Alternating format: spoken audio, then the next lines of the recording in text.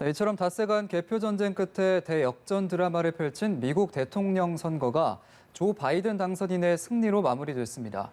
바이든 당선인이 미국의 세계 리더십 회복을 내건 만큼 국제 정세와 함께 한반도 정책에도 적지 않은 변화가 예상되는데요. 두 분의 전문가와 함께 미 대선 이후 전망에 대해서 얘기 나눠보겠습니다. 정한범 국방대학교 안보정책학과 교수, 우정엽 세종연구소 미국연구센터장 나오셨습니다. 어서 오십시오. 예, 안녕하십니까. 네. 자, 일단 대선에서는 조 바이든 당선인이 결국 승리를 거머쥐었는데 앞으로 아직 많은 과정이 험난하게 남아 있습니다. 앞으로의 상황 좀 어떻게 전망하십니까? 예, 공식적인 절차만 하더라도 이제 각 주별로 그 선거 결과를 집계를 해야 되고요. 예. 선거 결과가 집계가 되면 주지사에게 각 정당에서 자신들이 선출된 선거인단을 명단을 제출해야 되고요. 또 이제 주지사가 이것을 받아서 주의회에 제출하고 주의회가 연방의회에 제출하는 이런 이제 절차들이 쭉 남아 있습니다. 예. 그렇게 되면 이게 12월 8일이 이제 마지막 그 D-Day인데요. 그날까지 명단을 연방에 제출하게 되면 12월 14일 그러니까 이제 12월 달에 두 번째 화요일 다음 첫 월요일이 12월 14일인데 그날 선거인단이 모여서 투표를 해서 예. 최종적으로 대통령을 선출하는 결과가 있는데요. 그렇게 되면 이제 1월 6일 날 새로 구성되는 연방 하원 회의에서 예. 그 선거인단 선거 결과를 최종적으로 추인하는 그런 절차가 공식적으로 남아 있습니다. 예. 이렇게 예정대로 만약에 진행이 된다면 취임식이 내년 1월 20일로 예정돼 있는데 과연 예정대로 좀 잘 진행이 될까요? 어떻게 보십니까? 근데 뭐 미국 헌법에 1월 20일에 새로운 대통령이 취임하기로 되어 있고 지금 뭐 트럼프 대통령이 아직 승복하겠다는 이야기를 하진 않았지만 예. 1월 20일에 바이든 당선인이 취임을 하는 데는 큰 문제가 없을 것으로 생각이 됩니다. 그렇군요. 트럼프 대통령이 지금 뭐 불복하겠다고 했고 또 소송전에도 나서고 있는데 이제 주요 격전주의 재검표 또 계속해서 소송전이 이렇게 이어지면 물론 결과를 뒤집진 못하겠지만 많은 혼란이 좀 가중될 것 같거든요. 앞으로 좀 어떻게 전망하십니까? 근데 주별로 이제 투표, 재개표를 이제 마무리하는 시한들이 다 있기 때문에 아마 예. 주별로 이제 그러한 시한에 맞추어서 이제 개표를 뭐 마무리하게 되면 주별로 이제 또 이제 확인을 하게 되고요. 어느 후보가 얼마 몇 표를 얻었고 하는 확인을 하게 되고 뭐 그 이후에 이제 지금 정 교수님께서 말씀하신 그런 절차들을 따라서 뭐 1월 6일에 이제 하원에서 최종 개표를 하고 이제 확인을 하게 됩니다. 근데 이제 뭐 트럼프 대통령이 본인이 불복하는 것은 사실 뭐 법적으로는 큰 의미는 없는 것이고요. 트럼프 대통령이 계속해서 이제 선거가 뭐 본인이 이겼다 내지는 선거가 사기다라고 주장하는 거는 이제 정치적인 의미가 있을 뿐 법적인 의미는 없기 때문에 바이든 당선인이 앞으로 대통령이 되는 데는 뭐 큰 문제가 없는 뭐 행동이라고 보겠습니다. 예. 이렇게 말씀해 주신 것처럼 트럼프 대통령은 지금 뭔가 결과를 뒤집겠다라기보다는 더 뭔가 지지자들을 더 자극하고 또 지금의 혼란을 더 크게 초래해서 바이든 당선인이 좀 앞으로 이 미국의 혼란을 좀 통합시키는데 좀 장애물이 되겠다라는 전략인 것 같거든요. 어떻게 보십니까? 글쎄 뭐 그 바이든 대통령의 시대를 방해하겠다 이런 의미까지 있는지는 뭐 제가 아직 모르겠습니다만 트럼프 대통령 확실히 승복을 못 하고 있는 것 같습니다. 일단 예. 무엇보다 자기 스스로가 이게 용납이 돼야 되는데 자기 스스로가 용납이 안 되고 있는 것 같아요. 그렇기 때문에 뭐 자기 스스로 행동을 절제하지도 못하고요. 이제 그런 모습들을 자꾸 이제 외부로 표출하고 있는데 아마 주변에서도 좀 기다리고 있는 것 같습니다. 그러니까 트럼프 대통령이 스스로 좀 캄다운하고 좀 받아들일 때까지 기다렸다가 주변에서 좀 움직이지 않을까 이렇게 생각이 되는데 예. 아마 이번 선거에서 특히 트럼프 대통령이 더 이걸 받아들이기 어려운 이유는 개표 초반에 워낙에 이제 그 경합주들에서 트럼프 대통령이 압도적으로 앞서 나가는 그런 모습을 보였기 때문에 그랬었죠. 트럼프 대통령이 그 순간에 본인이 이겼다고 확신을 한 것 같습니다. 이후에 벌어진 극적인 이게 굉장히 드라마틱하게 반전이 이루어졌는데 극적으로 선거 결과가 바뀌는 상황에서 트럼프 대통령이 이제 스스로 자기 확신을 하는 거죠. 거 봐라, 내가 생각했던 대로 내가 이기고 있었는데 내가 경고했던 우편 투표들이 열리면서 이 선거 결과가 뒤집어지고 이것은 다 조작이다.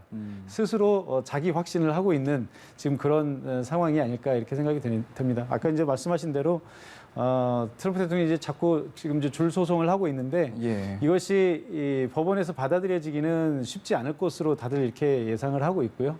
아마 모든 절차들을 마무리는 해야 될 겁니다. 아까 제가 말씀드렸던 것은 이제 통상적인 절차고 이제 소송이 이루어져 있기 때문에 이 소송을 다루는 절차들은 다 이루어질 거고요.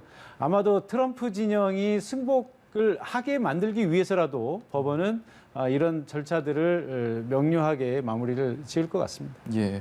앞으로도 좀 큰 혼란이 이어질 텐데 바이든 당선인의 입장에서는 이 큰 혼란을 봉합하는 게 최우선 과제가 되겠죠. 오늘 바이든 당선인과 이제 해리스 부통령 당선인이 이제 연설에서 말한 것도 대부분의 내용이 국민 통합에 관한 내용이었습니다. 예. 이것이 뭐 유권자들에게도 이야기하는 거겠지만 어떻게 보면 좀 트럼프 대통령에게 이야기하는 것처럼 들리기도 했는데요.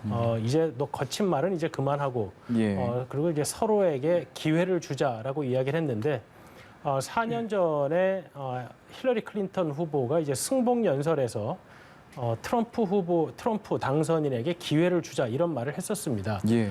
그러니까 아마도 우리도 뼈아픈 패배를 했지만 당신에게 기회를 줬으니 지금 당신이 받아들이기 힘들겠지만 우리에게 주어진 기회인 만큼 그것을 존중해달라라는 메시지를 트럼프 대통령과 트럼프 대통령을 지지하는 유권자들에게 보냄으로써 이제 선거전을 마무리하고 통합된 미국으로서 나아가자라는 메시지를 전달한 것으로 보입니다.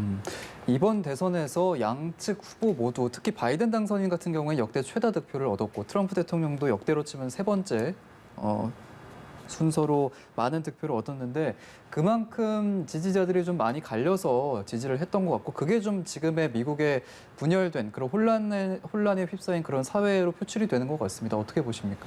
예, 이번 선거의 가장 큰 문제점이 이제 갈라진 미국을 두동강 냈다라고 하는 것이 될 수 있을 것 같은데요. 예. 뭐 그 선거 결과가 보여주듯이 역대 최다 득표 당선자이기도 하지만 또 역대 최다 득표 낙선자도 될 것 같습니다. 제 생각에는. 예. 그만큼 미국이 둘로 갈라졌다라고 하는 표현이 아주 정확히 맞을 것 같은데 여기에는 이제 지난 4년간 트럼프 대통령이 만들었던 그 대결 구도 이런 것이 크게 역할을 한 것 같기도 하고요. 또 하나는 이번에 이제 등장한 우편 투표가 이제 우편 투표가 뭐 처음 있었던 건 아닙니다만 이렇게 보편적으로 이루어진 건 이제 처음이거든요. 굉장히 또 많은 사람들이 또 투표를 그렇습니다. 했었죠. 그래서 이제 새로운 선거 시스템이 만들어졌다. 저는 이렇게 볼 수 있을 것 같습니다. 예. 뭐 꼭 코로나가 아니라도 앞으로는 우편 투표의 편리함을 많이 이용하려고 할 수 있을 것 같고요. 그렇게 되다 보면 그동안 뭐 미국뿐만 아니라 우리나라를 비롯해서 전 세계 민주주의를 운영하는 나라들이 보편적으로 겪고 있는 진보층의 저투표율 이런 것들이 이제 상당히 그 변화를 겪을 수 있을 것 같습니다. 이게 대부분 보면 보수층의 투표율이 높고 진보층의 투표율이 낮다라고 하는 게 이제 일반적인 현상인데 미국에서도 이번에 이 사전 투표를 통해서 진보 성향의 유권자들이 대거 투표를 한 것으로 이렇게 예상이 되고요. 예. 그렇다면 앞으로도 선거에서 이제는 젊은 유권자들 내지는 진보 유권자들의 투표 참여가 점점 많아질 것이다라고 예상이 됩니다. 예. 이런 면에서 이제 그동안에 투표를 하는 사람들끼리의 어떤 선거였다면 이제는 좀 더 많은 사람들이 투표 현장에 들어와서 자기들의 목소리를 내는 이런 구도들이 더 심화될 수 있다. 그러면서 어떤 대립이나 이런 것들이 더 강경해질 수도 있다라고 하는 그런 염려를 할 수도 있을 것 같습니다. 예. 지금 정 교수님께서 이제 좋은 점을 지적을 해주셨는데요. 사실 이번에 이제 우편 투표의 증가는 예. 단순히 민주당이나 진보 쪽의 표만 증가한 것이 아니고 모든 유권자들에게 상당히 도움이 됐던 것 같습니다. 그러니까 2016년에 힐러리 클린턴 후보가 트럼프 당시 후보를 이긴 표차가 이제 300만 표 정도였는데 예. 이번에도 이제 바이든 당선인이 트럼프 대통령을 이긴 게 400만 표가 채 안 되거든요. 그러니까 예. 사실 표 차에 표 차는 한 100만 표 정도 전국 단위 표로 봤을 때 난다고 봤는데 유권자는 거의 3천만 명 이상이 증가를 이제 한 겁니다. 그러니까 이게 예. 민주당 쪽에서만 증가한 것은 아니고 이제 전반적으로 이러한 우편 투표라는 것이 어떤 뭐 코로나 상황도 있지만 예. 많은 유권자들에게 보다 많은 투표 기회를 줬다는 점에서는 정 교수님 지금 말씀하신 대로 앞으로 미래 시대의 어떤 투표의 한 가지 방법으로서 많은 국가들이 고려해야 할 뭐 그런 방법이라고도 생각이 됩니다. 예. 이 코로나19라는 좀 새로운 시대를 맞아서 이번 대선에서 좀 새로운 기록들이 많이 나왔던 것 같습니다. 얘기가 나왔던 최다 득표 또 최다 득표율의 그런 부분도 있었고 특히 바이든 당선인의 러닝메이트죠. 해리스 부통령의 당선도 첫 흑인이고 또 여성이라는 점에서 의미가 있어서 이런 부분은 아무래도 미국이 물론 분열된 모습도 보였지만 여전히 뭐 인종차별 해소와 뭐 남녀평등, 좀 민주주의의 이런 과제들을 좀 선도해 나가고 있다라는 점은 보여줬던 것 같아요. 그렇습니다. 예. 이번 선거가 이제 굉장히 많은 진기록들을 만들어내는데 대통령도 뭐 최고령 대통령이 나왔고요. 이제 부통령도 사상 최초의 흑인이자 여성 이런 기록을 쏟아냈습니다. 예. 해리스 부통령 당선자가 자신이 마지막이 아닐 거다라고 이렇게 얘기를 했는데 이것은 이제 앞으로도 수많은 여성 부통령 또 흑인 부통령들이 나올 것이다라고 하는 그런 메시지이기도 했고요. 저는 그보다 더 주목하고 싶은 것이 예. 바로 이 해리스 부통령 당선자 본인인데 이분이 이제 굉장히 젊고 역동적인 반면에 바이든 대통령은 이제 역대 최고령 대통령이 돼야 됩니다. 그렇죠. 이게 지금 이제 취임할 때 나이가 78살이기 때문에 예. 이제 퇴임할 때 되면 80세가 훌쩍 넘고요. 그렇게 되면 과연 두 번째 임기 선거에 출마할 수 있느냐라고 하는 의문이 지금 나오고 있거든요. 예. 그렇다고 본다면 아무래도 연임을 하지 않을, 이건 뭐 제 가정입니다만, 예. 연임을 하지 않을 대통령과 연임 내지는 차기 대통령 후보로 굉장히 유력시되는 현직 부통령이라고 한다면 역시 이 현직 부통령에게 힘이 많이 실릴 수도 있고요. 또 바이든 대통령 스스로가 많은 부분을 젊고 역동적인 부통령에게 위임할 가능성도 있다. 이런 측면에서 보면 사실상 차기 정부의 어떤 실세 역할을 할 수도 있다라고 하는 측면에서 이 해리스 부통령 당선인을 우리가 주목해서 봐야 되고요. 또 우리 정부도 이 해리스 당선인을 중심으로 한 뭐 네트워크나 또 정책적인 연대 이런 부분을 많이 고려할 필요가 있을 것 같습니다. 그러니까 이제 일반적인 부통령보다 더 큰 의미를 갖게 될 수도 있다라는 말씀이신데 이 부분에 좀 의견이 있으십니까? 바이든 후보가 지금 올해 이제 아직까지 뭐 본인이 재선에 도전하겠다 안 하겠다 뭐 이 부분이 좀 왔다 갔다 했습니다. 예. 왜냐하면 워낙에 고령이기 때문에 본인이 재선을 이제 원한다고 하더라도 과연 2024년에 민주당 경선에서 어떻게 비춰질지 만약에 이제 공화당 측에서 상당히 경쟁력 있는 후보가 나온다고 이제 한다면 과연 80이 넘은 물론 뭐 나이가 크게 중요한 건 아닙니다만은 후보가 다시 재선에 도전한다는 게 어떻게 비춰질지에 대한 고민은 분명히 할 것 같습니다. 예. 그렇기 때문에 해리스 부통령은 단순히 이제 여성이라는 상징적인 유색인종이라는 상징적인 의미 외에도 실제 정치적인 면에서도 상당히 힘을 받고 일할 가능성이 있기 때문에 다른 정부의 부통령들보다는 어느 정도의 실권을 가진 부통령으로서 일할 가능성이 높아 보입니다. 그렇군요. 반면에 이제 트럼프 대통령은 재선에 실패한 단임 대통령이다라는 불명예를 얻게 됐습니다. 근데 오히려 이제 4년 전보다 더 많은 표를 얻었고 또 하원에서도 공화당 의석수가 더 늘어나서 개인적으로 많이 아쉬울 텐데 공화당 내부에서도 좀 생각이 많을 것 같아요. 예, 뭐 공화당 입장에서는 뭐 굉장히 아쉬운 선거 결과가 될 수밖에 없는데요. 뭐 4년 전에 힐러리가 졌을 때보다도 오히려 더 아슬아슬하게들 다 졌기 때문에 예. 공화당이나 트럼프 대통령이나 정말 받아들이기 힘든 그런 아마 잠이 안 올 것 같습니다. 예. 그렇게 그럴 것 같은데 그래도 뭐 이제 결과는 결과고요.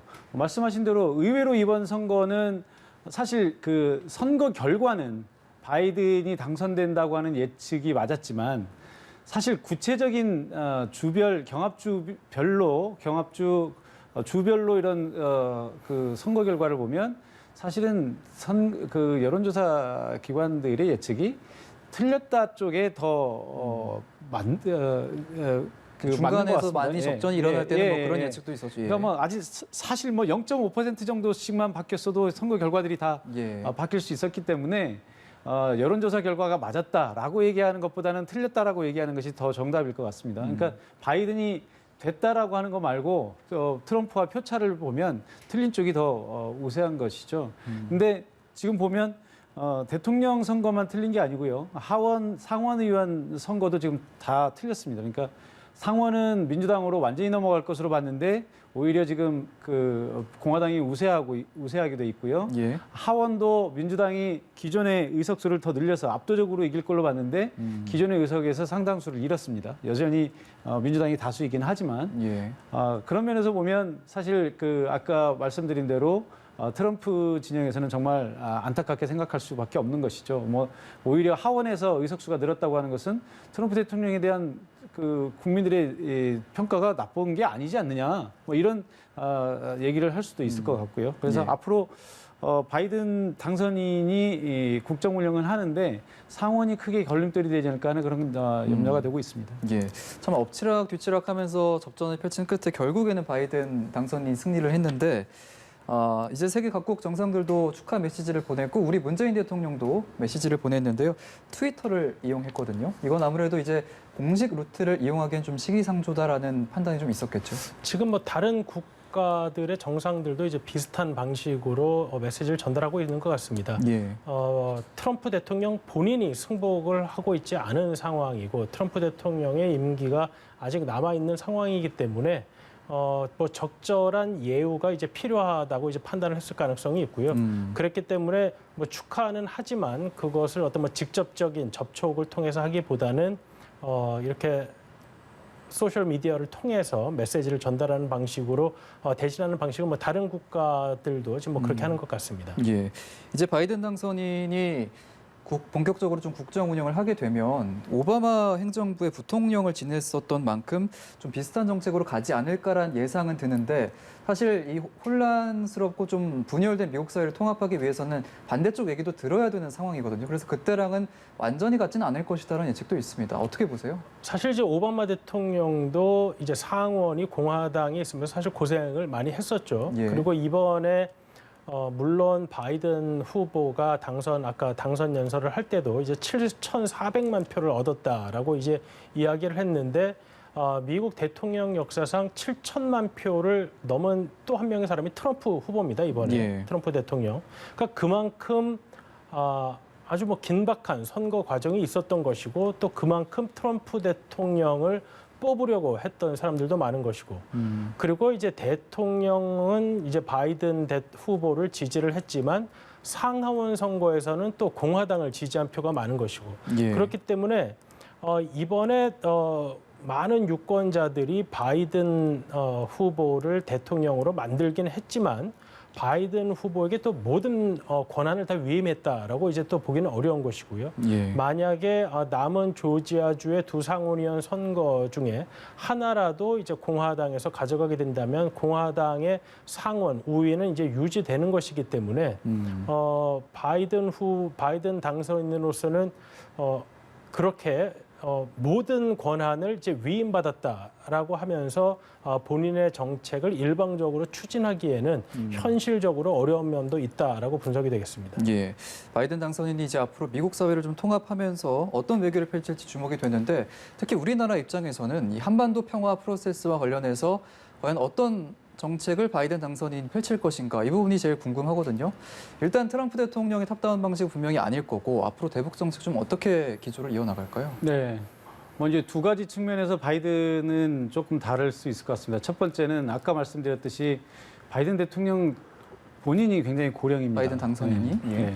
아까 그 연설도 보면은 지난번에도 그렇고 좀 가볍게 뛰어나오는 모습을 보여줬거든요. 저는 오히려 이것이 본인의 고령 이미지를 불식시키기 위한 연출된 모습이다 이렇게 생각을 합니다. 그만큼 지금 고령이라고 하는 것이 바이든 대통령에게 굉장히 컴플렉스이기 때문에 예. 뭐 왕성한 정상 외교를 하면 좋지만 뭐 불필요한 부분까지 할 것 같지는 않고요. 그래서 사전에 조율된 외교를 할 것이다. 저는 이렇게 생각을 합니다. 그런 면에서 탑다운 외교가 쉽지는 않을 것이라고 생각을 하고요. 또 하나는 민주당의 전통적인 외교 스탠스를 우리가 좀 눈여겨볼 필요가 있는데, 예. 물론 이번에 이제 그 트럼프 대통령이 굉장히 이게 본인의 어떤 개인적인 캐릭터를 활용을 해서 뭐 왕성한 파격적인 외교의 모습을 보여주긴 했습니다만, 전통적으로 공화당은 강압 외교를 하는 반면에 민주당은 온건 외교, 대화 외교를 하는 그런 정당으로 알려져 있습니다. 예. 그런 면에서 본다면 민주당 정부가 들어서서 좀 그 우리 한반도 문제에 있어서도 어쨌든 대화나 온건한 방식을 좀 채택할 가능성이 높다고 보고요.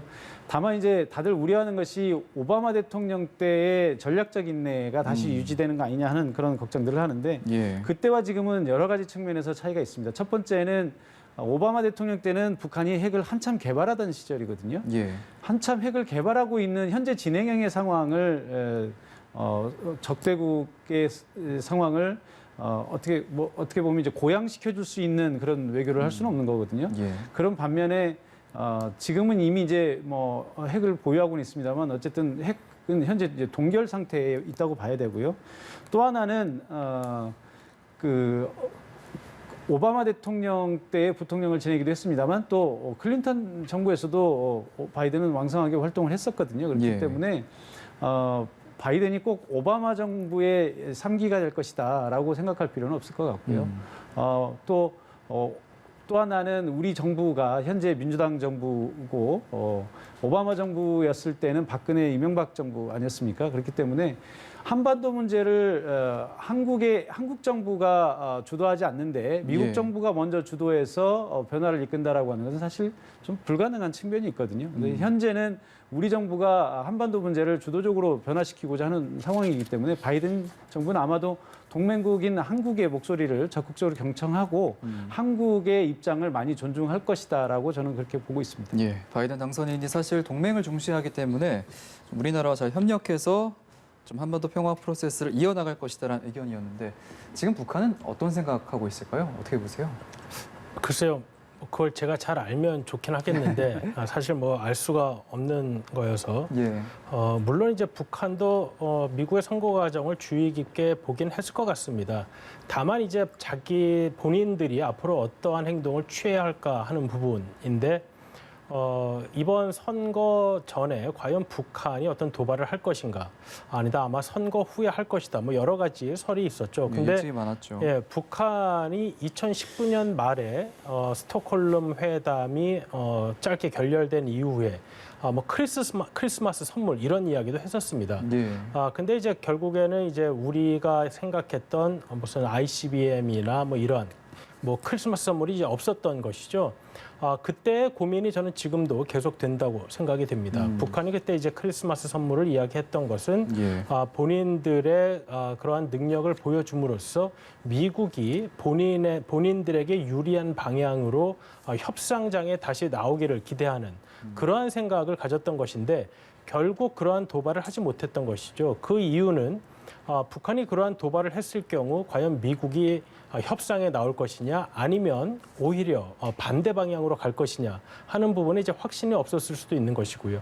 그러한 고민은 앞으로도 저는 계속될 것이라고 봅니다. 물론 바이든 정부 초기에 북한 문제가 크게 우선순위 안에 들어갈 가능성이 높지 않은 상황에서 예. 북한 정부가 미국 정부 내에 북한 문제 우선순위를 끌어올리기 위한 그리고 이제 본인들에게 유리한 방향으로 협상을 이끌기 위한 도발을 할 거라는 가설도 가능하겠지만, 현재까지의 상황을 볼 때는 북한으로서도 그러한 결정을 내리기가 매우 큰 고민이 따를 것으로 보입니다. 예, 알겠습니다. 오늘 미국 대선 결과 그리고 그 이후의 전망까지 한번 짚어봤습니다. 정한범 국방대 안보정책학과 교수, 우정엽 세종연구소 미국센터장 두 분과 함께했습니다. 오늘 고맙습니다. 네, 고맙습니다.